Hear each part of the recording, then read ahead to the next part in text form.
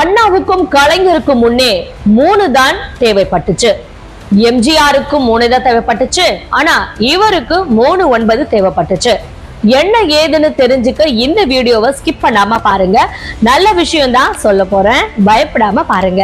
அதுக்கு முன்னால நம்ம மிஸ்டர் பாலிடிக்ஸ் யூடியூப் சேனலை சப்ஸ்கிரைப் பண்ணிடுங்க. வாங்க வீடியோக்குள்ள போகலாம். முதலமைச்சர் ஆகிறதுக்கு முன்னால 3 சட்டமன்ற தேர்தல்களை சந்திச்சார் அண்ணா. அதுல முதல் தேர்தல் 1957 நடந்துச்சு. அப்போ காஞ்சிபுரத்துல நின்று ஜெயிச்சார் அண்ணா.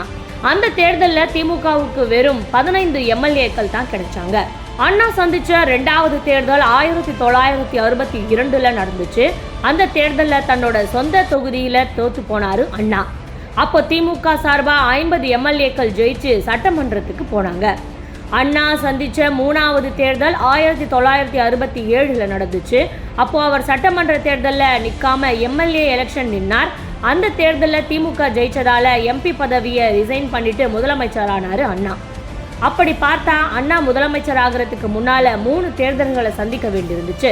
அதே போல முதலமைச்சர் ஆகிறதுக்கு முன்னால 3 சட்டமன்ற தேர்தல்களை சந்திச்சார் கலைஞர். 1957, 1962, 1967ன்னு 3 சட்டமன்ற தேர்தல்களையும் கலைஞர் ஹேட்ரிக் அடிச்சு ஜெயிச்சார். அண்ணா மறைவுக்கு பிறகு முதலமைச்சர் பதவி அவருக்கு கிடைச்சது.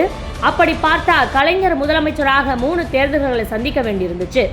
எம்ஜிஆர் முதலமைச்சர் ஆகிறதுக்கு முன்னால 3 தேர்தல்களை சந்திச்சார். திமுக வேட்பாளரா 2 தேர்தலில் நின்று ஜெயிச்ச எம்ஜிஆர் அதிமுக வேட்பாளரா 1 தேர்தலில் ஜெயிச்சு முதலமைச்சர் ஆனாரு.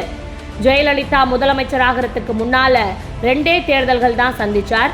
முதல் தேர்தல் 1989, அதுல ஜெயிச்சு எதிர்கட்சி தலைவரான ஜெயலலிதா பிறகு நடந்த 1991 தேர்தலில் ஜெயிச்சு முதலமைச்சர் ஆயிட்டாரு. ஆனா மு.க. ஸ்டாலின் மட்டும் முதலமைச்சர் பதவியில உட்கார்றதுக்கு 9 தேர்தல்களை சந்திக்க வேண்டியிருந்துச்சு. ஆமாங்க, முதல்ல 1984 தேர்தலில் நின்னார் ஸ்டாலின்.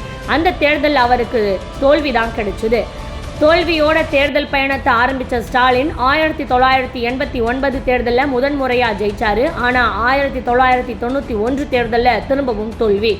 அதன் பிறகு 1996, 2001, 2006, 2011, 2016, 2021ன்னு டபுள் ஹேட்ரிக் அடிச்சு முதலமைச்சரானாரு மு.க. ஸ்டாலின்.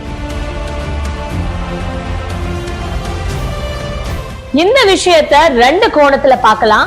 முதலமைச்சர் பதவிக்கு வரதுக்கு முன்னால மு.க. ஸ்டாலின் 9 தேர்தல்களை சந்திக்க வேண்டியது இருந்துச்சுன்றது முதல் கோணம்.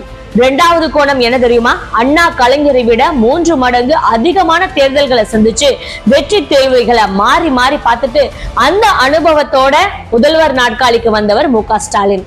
எந்த கோணத்துல பாக்குறீங்கன்னு கமெண்ட்ல சொல்லுங்க. இது போல இன்னும் பல சுவாரஸ்யமான அரசியல் செய்திகளையும் வரலாற்று சம்பவங்களையும் தெரிஞ்சுக்க மிஸ்டர் பாலிடிக்ஸ் யூடியூப் சேனலை சப்ஸ்கிரைப் பண்ணுங்க. நன்றி.